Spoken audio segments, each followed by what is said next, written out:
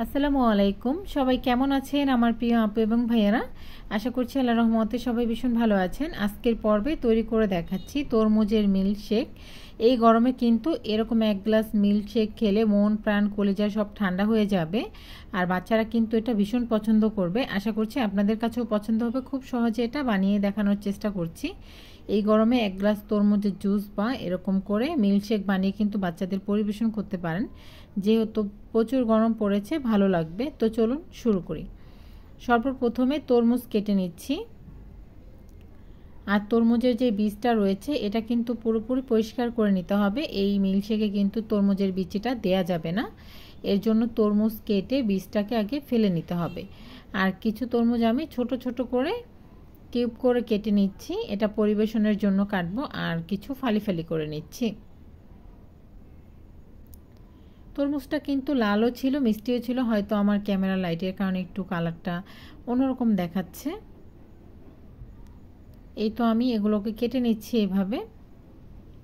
এই যে ছোট বীজগুলো রয়েছে এগুলো কিন্তু খুব শক্ত না, এগুলো থাকলে কোনো সমস্যা নেই। তো এভাবেই করে কেটে নিচ্ছি। সবগুলো এভাবে কেটে নিয়েছি, কিউব করে কেটে নিয়েছি এগুলো। আর ফালি করে কেটে নিয়েছি। এগুলো হবে ব্লেন্ড করা হবে। একটি ব্লেন্ডার জাগ নিয়ে নিচ্ছি। ফালি করে রাখা তরমুজটা এখানে দিয়ে দিচ্ছি। আর এখানে দিতে হবে আগে থেকেই জাল করা ঘন দুধ। আর মিষ্টির জন্য এখানে আমি চিনি দিয়ে দিচ্ছি প্রায় 3 টেবিল চামচের মতো হবে। আমি 3 গ্লাস বানাবো, এর জন্য আমি 3 টেবিল চামচ দিয়েছি। মিষ্টিটা আবার তরমুজের উপর ডিপেন্ড করবে আপনাদের তরমুজটা কতটা মিষ্টি বা হালকা মিষ্টি। তো এখানে আমি দুধ দিয়ে দিচ্ছি 2 কাপের মতো। এটা আগে থেকেই জাল করা ঘন দুধ। এখন এটাকে ব্লেন্ড করে নিচ্ছি। কিছুটা দিয়ে দিচ্ছি বরফ কুচি। আর গ্লাস পরিবেশন করার জন্য গ্লাসে একটু রোয়াবজা দিয়ে দিচ্ছি, এতে করে দেখতে সুন্দর লাগবে। বা রোয়াবজা দিলে কিন্তু এটা খেতে আরও বেশি ভালো লাগবে, স্বাদটা কিন্তু অনেকটাই বেড়ে যাবে। এখন এই যে তরমুজের যে মিল্কশেকটা এটার ভিতর ঢেলে নিচ্ছি। খুব সহজে তৈরি হয়ে গেল তরমুজের মিল্কশেক। আশা করছি সহজ রেসিপি ভালো লেগেছে। ভালো লেগে থাকলে অবশ্যই একটি লাইক দিতে ভুলবেন না। আর আমার পাশে থাকতে আমাকে সাপোর্ট করতে আমার চ্যানেলটিকে সাবস্ক্রাইব করবেন, নিয়মিত আমার ভিডিওগুলো দেখবেন। আর বেশি বেশি করে ফ্রেন্ডস অ্যান্ড ফ্যামিলির সাথে শেয়ার করতে ভুলবেন না। তো এখন উপর থেকে বরফ কুচি দিয়ে দিয়েছি।